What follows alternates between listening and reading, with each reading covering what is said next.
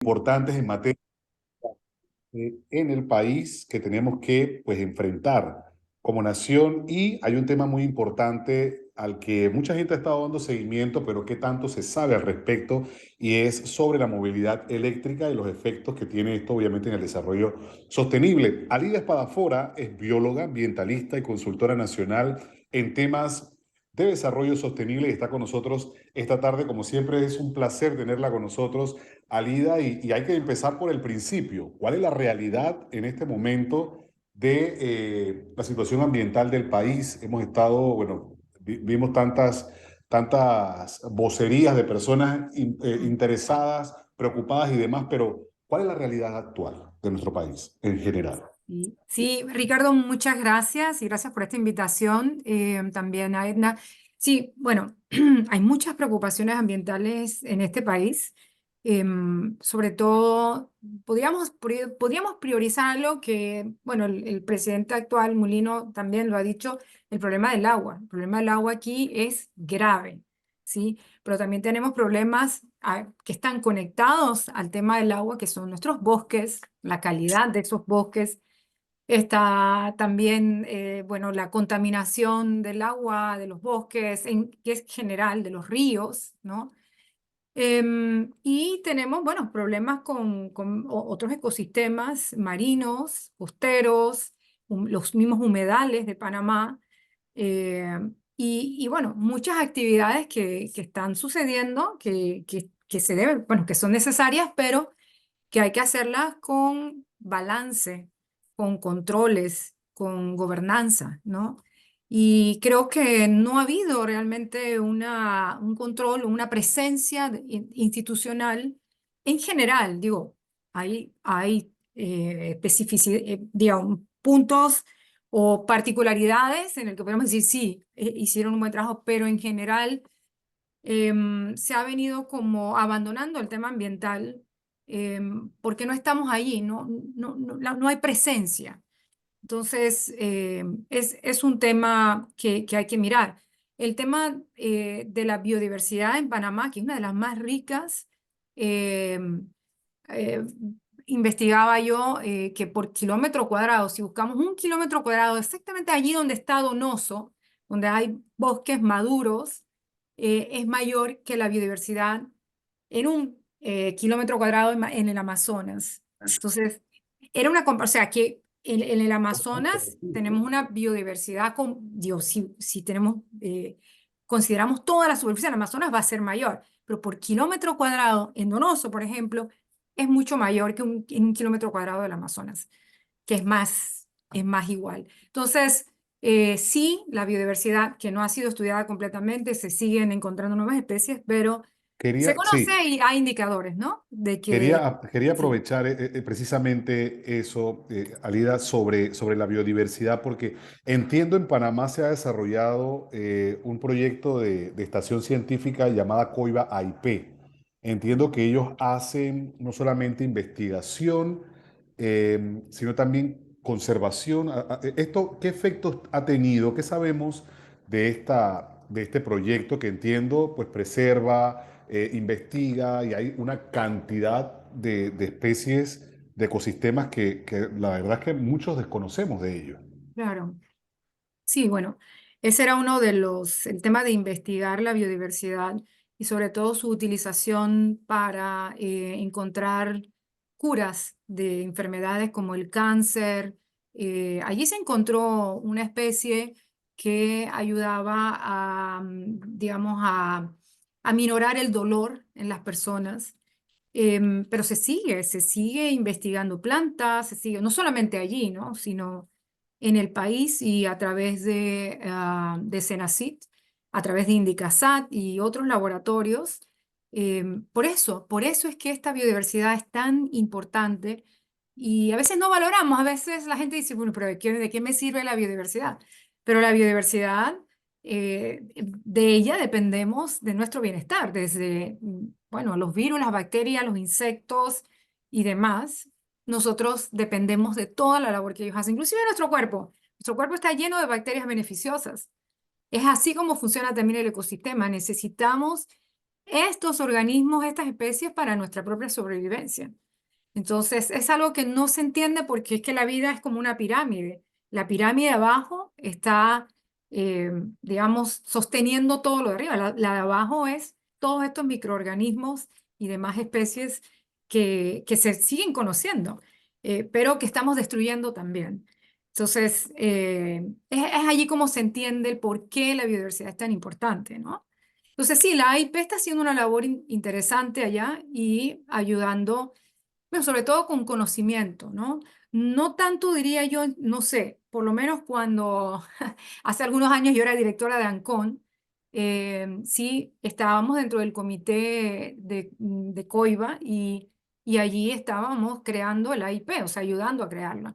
Y sí, esa era una de las funciones y misiones del AIP en COIBA, pero no pensaba, en ese tiempo no era tanto para conservar o para proteger, porque esa era una labor y es una labor del Ministerio del Ambiente con otras instituciones, ¿no?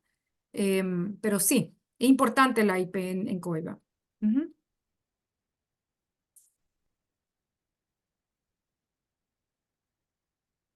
¿Me Edna, el escuchan? micrófono. Sí, el micrófono está apagado. Perdón, exacto, perdón. En materia de educación ambiental, ¿cómo andamos, Alida? Yo creo que eso es importante, Sí. empezar desde las bases, porque como bien tú anotas, no le damos la importancia a la biodiversidad.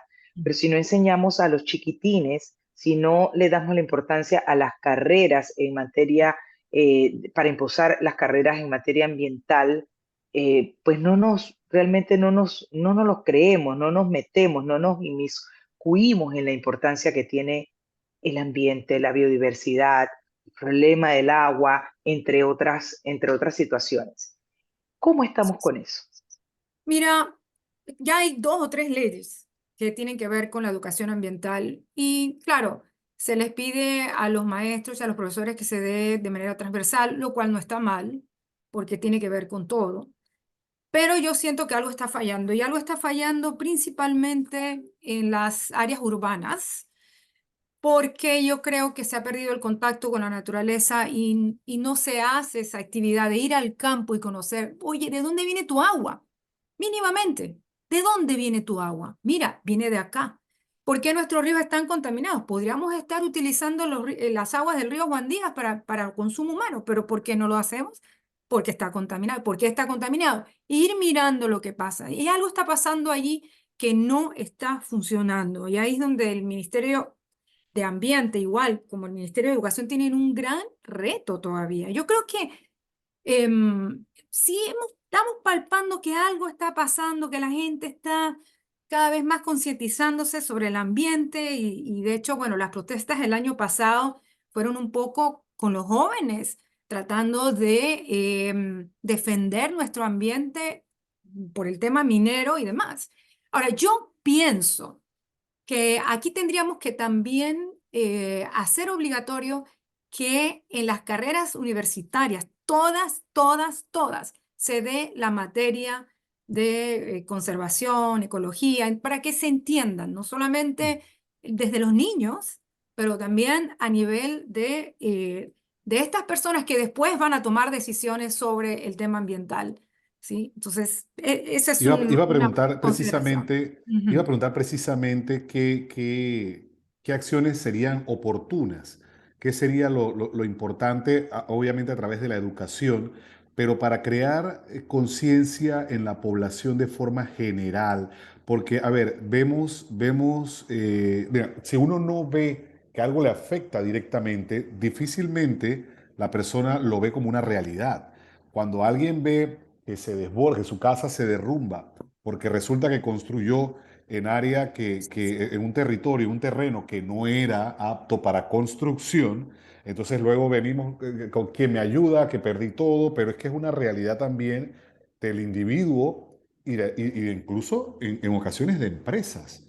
¿Qué cosas están faltando como acciones, aparte de la parte académica, que es importante? Bueno, como acciones es todo el tema de ordenamiento territorial. Y allí yo tengo que decir que yo, y como muchos ciudadanos panameños, estamos cansados de que se hagan planes, más planes, más planes. tanto urbanos como regionales y marinos, costeros y demás, y no se están aplicando.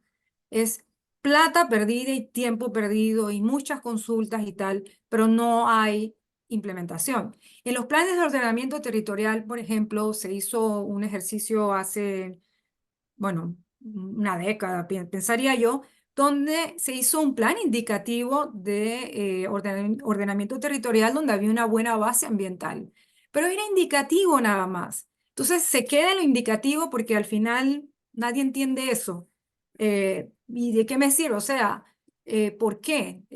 Yo creo que, como dices tú, Edna, aquí hace falta algo más creativo, de más impacto para que la gente pueda comprender por qué es importante conservar el agua, conservar el suelo, conservar los bosques, el aire que nos contamina. Ya vimos cómo las quemas, a través de la quema aquí en el último incendio en Cerro Patacón, cómo nos afecta en el aire, pero también en todo Panamá se está quemando, o sea, no solamente aquí, todos los alcaldes, habrá alguna excepción, por no decir todos, todos los alcaldes queman la basura en los vertederos que tenemos, más de 70. Estamos contaminando a la gente, el ambiente, dañándonos nuestra salud. Y eso está prohibido, que es lo peor de todo. Es que también hay normas que no se cumplen. Hay normas también de construcción que no se cumplen. No hay presencia tanto de las alcaldías, los inspectores, tanto del Ministerio del Ambiente, el Ministerio de Salud. Miren, la contaminación por agroquímicos se da en todo el país, en Chiriquí, en Azuero, en donde haya alguna explotación para cultivar, hay una gran cantidad de agroquímicos. Algunos que están prohibidos están llegando ilegalmente. Pero ¿dónde está el MIDA, el Ministerio de Salud, el Ministerio del Ambiente? Cada uno echándose la pelota al otro. Porque así yo lo vi en Azuero, particularmente en Tonosí. Ah, no, que el MIDA dice, ah, no, que el otro no, y que pues, entonces no se ponen de acuerdo. Y estamos Claro, afectando a la población con cáncer, deformaciones, problemas con alergias, por decir, la alergia es lo mínimo.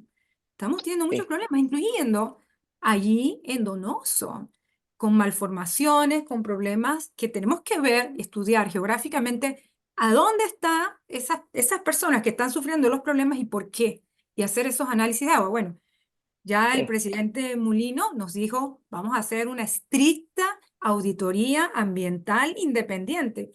Esperemos A que eso iba, sí. Lida, a eso Sí, iba. Justamente quería preguntarle porque tenemos un nuevo gobierno y es la oportunidad perfecta para impulsar y para requerir que se haga lo necesario. Y pongo un ejemplo puntual que está cerca, Cerro Patacón. ¿Qué se han pensado los ambientalistas, los estudiosos en la materia, proponerle a este nuevo gobierno para ponerle un punto final al problema profundo de Cerro Patacón? sí, Edna, mira, es un terrible problema a nivel nacional, pero bueno, vamos a hablar de Patacón. Desde que en el 2017 fue publicado el estudio, el diagnóstico y el Plan Nacional de Gestión Integral de Residuos, allí está la recomendación. Hay que segregar en la fuente y hay que hacer un mejor manejo de Cerro Patacón, porque hay residuos que no deben llevar nunca allí. Y hay que convertir a Cerro Patacón en un centro de tratamiento de residuos, no en un botadero como es lo que es hoy día. Eso no es un relleno sanitario, es un botadero, es un vertedero. El único relleno sanitario que existe hoy día está en Chorrera, que es el Parque Ecológico del Diamante. Y por demás, muy poco se está reciclando. Bueno, en plástico es lo mínimo. La mayor parte está siendo mal manejada. Yo diría que un 95% de la basura en Panamá es mal manejada, muy mal manejada. Muy poco se recicla, a menos que sea algo con mucho valor como son los metales. Entonces, tenemos que transformar a Cerro Patacón en un centro de tratamiento. No podemos simplemente decidir que, vamos a llevar la basura a otro lugar, vamos a abrir otro relleno. ¿Por qué? Porque ya este está contaminado, lo que tenemos que hacer con él es sanarlo. sanarlo, restaurarlo. ¿Que nos va a costar plata? Sí, porque la desidia cuesta. La desidia, el no llevar a cabo los controles, la corrupción que está detrás de todo esto, que es lo que lleva a la desidia. Entonces, claro, eso nos va a costar sanear Patacón, pero es nuestra salud, es nuestro ambiente, es nuestra agua, nuestra calidad de el aire, del suelo. Entonces, ahí hay mucho que hacer, un gran desafío, pero no es llevar el problema a otro lugar. Y es más, ninguna comunidad quiere un relleno que dicen que es relleno, pero después se va a convertir en vertedero Un vertedero, al claro. lado de su casa. Así que esas Ahora, son mis recomendaciones. Pero antes que el tiempo segregar nos en la fuente, venza, ¿eh? Ujú. eso, cuál, el concepto segregar es segregar Sí, desde la fuente para entenderlo? sí, mira. Nosotros, y esto está también en el Plan Nacional de Gestión Integral de Residuos, es que hay que hacer asociaciones público-privadas. Hay recicladoras en Panamá que necesitan el material y no hay suficiente. Y tienen que importar, escuchen, tienen que importar. Hay un porcentaje que se está importando de residuos para reciclarlo aquí en Panamá. O también hay una parte que es para reexportar, pero si todos hiciéramos la segregación en la casa, si a una empresa recicladora le interesa el plástico, el PET o el número 2 o el número 5, esas recicladoras, digamos, pueden, a través de un centro de acopio donde podrían los mismos recicladores de base participar y sacarlos de esa inmundicia y de ese lugar tan indigno que es Cerro Patacón y muchos vertederos en Panamá, llevarlos a un lugar digno, limpio, que tenga de salubre, que tenga salubridad, y ahí hacer una con la ayuda del sector privado, porque también, ¿qué pasa? Aquí han quedado agachados mucha gente que son los que colocan los productos en el mercado.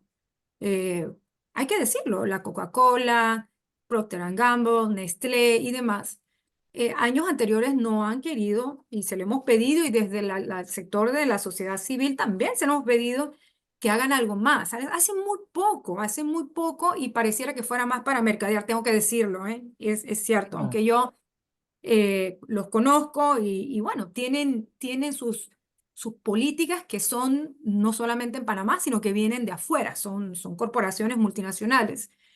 Entonces, pero existe una responsabilidad, eso se llama responsabilidad extendida del productor, para que ellos también hagan recuperación y lleven esos materiales a tratamiento y que no contaminen el ambiente. De ahí que estas asociaciones público-privadas donde el gobierno central y los municipios puedan tener esa ayuda del sector privado, se puede dar, y cosas donde también las recicladoras, que son empresas, también puedan tener acceso a ese material. O sea, se puede hacer si se hace en conjunto. Creo que tenemos que hacer, porque ¿qué pasa? Hay una gran realidad. Nosotros estamos generando tanta basura que no hay ningún gobierno, ni central ni municipal, que va a ser capaz de hacer el manejo simplemente recolectando y llevándolo a un relleno o a un vertedero, ¿no? Relleno en el mejor de los casos. Entonces, conociendo esta realidad, hay que entender que nosotros no podemos seguir generando toda la basura y echándola en un sitio X. O sea, eso no es sostenible, no es salubre, estamos contaminando el ambiente de cualquier manera.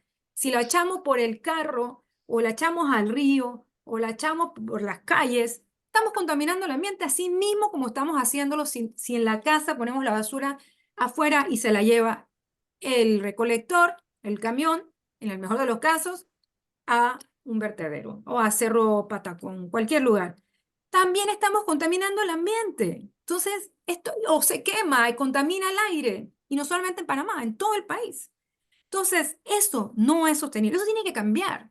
Y eso está cambiando en países como Colombia, Costa Rica, otros países vecinos. O sea, esto no es astronomía, no es ciencia aeronáutica espacial, nada. Esto es fácil. Manejamos un canal. ¿Cómo no vamos a poder manejar nuestra basura?